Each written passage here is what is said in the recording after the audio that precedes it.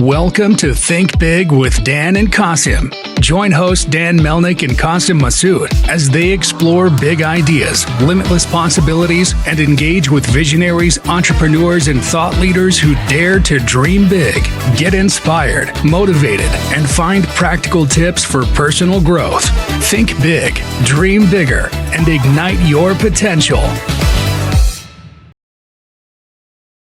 All right. Welcome back, everybody. Our guest today, Michael Schroer. Michael, please tell us where you're calling in from and what you do for a living with Schroer Cattle Co. Yeah, so I'm Michael Schroer. My wife is Amy, and we have two daughters, Oakley and Remy. We're from the small town of Lawrence, Nebraska, roughly 320 people in the town of Lawrence. Very rural area. We farm and ranch, and then we direct market beef as well. That's amazing. So I know we chatted a little bit just off the air here about a lot of farmers that I've been speaking to seem to be embracing more of a D2C model than doing the traditional kind of like wholesale 100% of the time. So have you found yourself getting into that more? I mean, I see on the website you're selling, anywhere from half to eighth cow. What have you kind of seen changing on that side of things? Is that something you've been pushing more into, or can you tell me a little bit about that? Yeah, I think a lot of people are they're starting to buy, local, I guess. They're kind of going away from the big chains, like the Walmart, Hy-Vee, stuff like that. Just because, the quality of beef is better and you know exactly where it comes from, knowing your farm starting to be a big thing now. Yeah, no, for sure. And do you find like the people that are buying from you online or direct from you are mostly, local to Nebraska or kind of in the like general surrounding areas? Or how far do you actually ship on an order from somebody that orders from the website? Will you ship like nationwide if somebody wants it? Or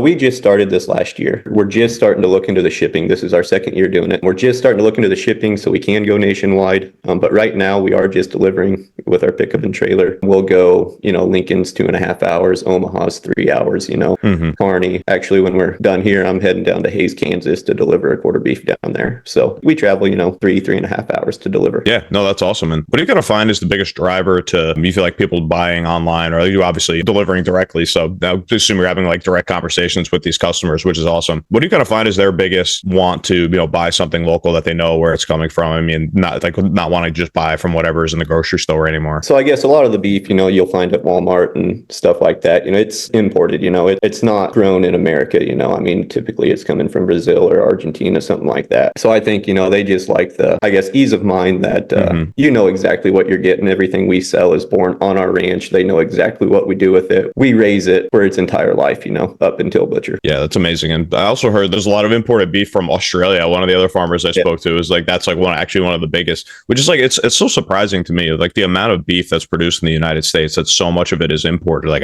do you feel like is that because of like, we're just mass exporting so much of the beef that's produced in the US that we're having to turn around and import, or are we really just still not producing enough to like fit consumers' needs? I think we can produce enough probably, and I'm no expert in this part of it, so I don't know exactly the reasoning for the importing, but I guess in my opinion, they're importing beef because it is cheaper than actually raising it here. And they're, exporting ours because, we have a quality product and they're making a little bit of money on that. Yeah, no, it's really interesting. And I mean, do you find people that are like obviously kind of wary? I mean, in 2024, I feel like everybody's wary of the types of ingredients and things that are going into, I feel like people are just generally more aware of what they're eating. So do you ever get any questions from customers you deliver to about, like what kind of vaccines you're using, the feed and all that kind of stuff? Does that seem to be a big concern of people that you're delivering direct to as well? Yes, they do. So and we do implants or growth hormones or anything. We do vaccinate just, for the health of the cattle. And, like if there are issues, like foot rot, pink eye, I'll treat them for that just because, you don't want to see them suffer. And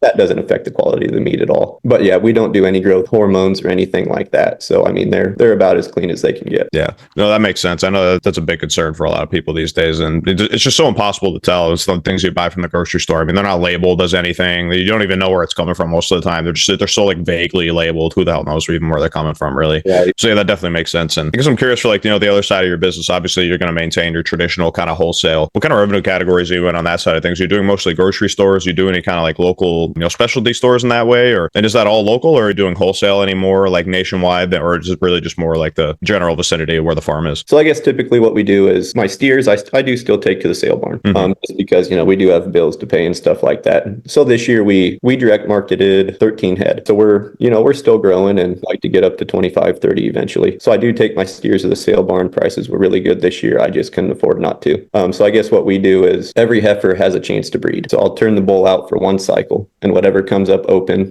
goes into the feedlot, and then they get finished out, and that's what we market as beef. So that's where we're a little different as well. Most people, they'll buy a 650 or 700 pound cow and calf, and they'll throw them in the feedlot, and they'll start on a growing ration. Then ours are running on grass until they're 950 pounds, and then we throw them in the feedlot to finish them on corn and prairie hay, and then we'll finish them out to that 1,300 pounds. But they're living most of their life on grass. Yeah, that's awesome. That's definitely something that's unique. And I know that's like people who are really, really into like understanding where their beef is coming from. If they're big like beef consumers, the types of feeds and things are definitely a big thing. I feel like people are looking for these days. So I think it is definitely very unique in that way. Can you tell me a little about, I guess, when did you start, doing this kind of direct to consumer, direct deliveries like you're doing now? Did that start kind of like during COVID era? That seems to be the general kind of consensus with other folks that I've spoken to, is kind of something that came about during that time when like a lot of what you could get was pretty much only online. So yeah, so 22 was our first year we started marketing. So it was still kind of COVID, but it wasn't the middle of COVID, I guess, when we started. But yeah, that was definitely, a pushing point. We're like, man, you can't even go to the grocery store hardly. So, I mean, if we just deliver to their house, and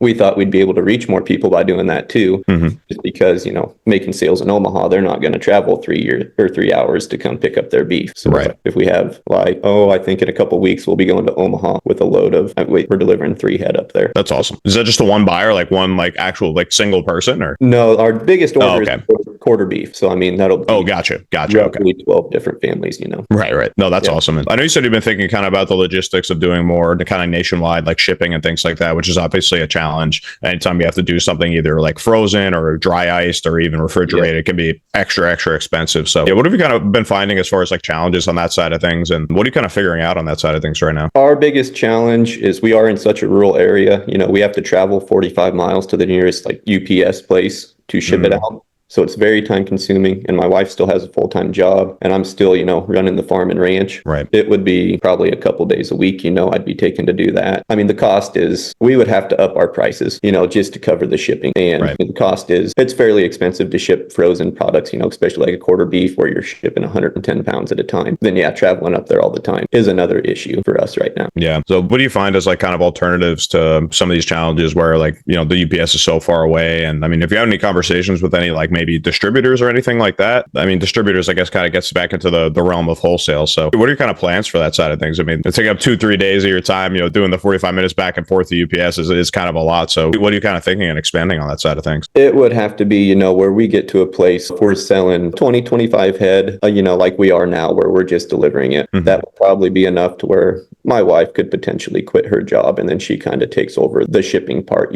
That's kind of what we're waiting for. And in talks with like anybody who's maybe worked with you and like what that would look like if you were to do it, what is the general consensus around like what that would look like? Would you do like a vacuum seal with dry ice, or it seems to be a lot of different ways people go about the logistics of shipping across the country, from like either the Midwest to California or East Coast? So in your talks with people, as you're obviously thinking about maybe expanding on this, what have you found is kind of the most efficient way, or the best way to preserve quality and do things that way? Yeah, dry ice would definitely be the best way. They do make some gel packs now that are really good that you just put in there. But yeah, it's basically just a styrofoam cooler, and you put a bunch of enough dry ice in there for 2-3 days or whatever it takes to get delivered. But again, that's, I think, our closest place to get dry ice would probably be an hour and a half away. Oh my God. Yeah. So yeah, that is the biggest issue for us, is availability. Right. Yeah.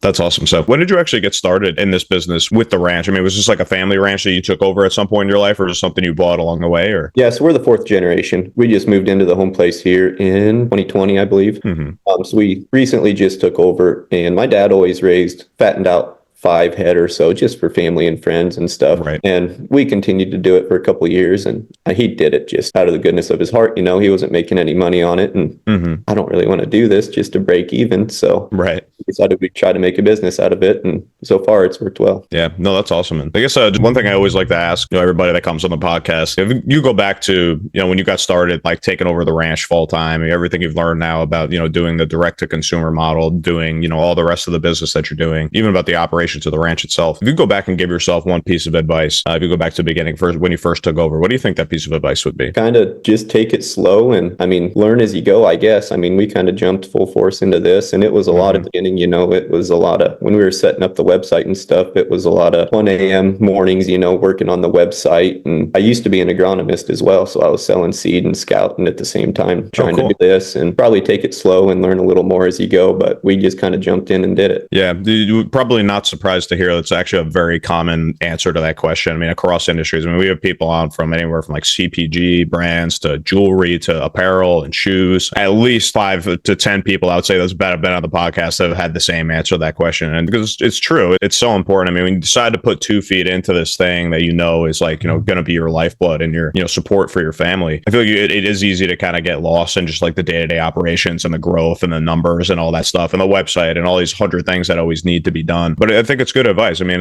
we have a lot of other entrepreneurs that are listeners and business owners. So I think it's important to hear that time and time again from, business owners like yourself, especially with ranching, because it's obviously super time consuming. So it's one of the biggest examples of like, yeah, you do still need to stop and look around and be present and understand, like really take a look back at like what's changed, what you have learned along the way. Naturally, you might not even have a chance to reflect on it all the time. So I think that's really good advice. Even might be like high level and like maybe kind of simple in retrospect. You'd like say that to yourself, but for somebody maybe starting off with something brand new, I think it is really good advice. So I appreciate that. And just want to give you an opportunity. If anybody listening might be maybe interested in partnering with you, buying from you, what's the best way to keep in touch with you guys and find out more about the brand? Our website, has all our contact information at schroercattleco.com. My phone number's on there, email's on there. You can Facebook, you can find us on Facebook, Instagram. My wife runs that. Awesome. But yeah, she lets me know when there's messages and stuff like that I need to get back to. So yeah, cool. We're available online, and yeah, you can reach out however you like. Awesome. Well, thank you again, Michael. I really appreciate your time. This growing space in ranching and beef has been really, really interesting. So I wish you the best of luck in everything that you're doing, all the new things that you're looking to be doing. So yeah, just want to say thank you again. I wish you good luck and continued success. Yeah, thank you. Thanks for having me on. Thanks so much, Michael. Take care. Thanks, everybody.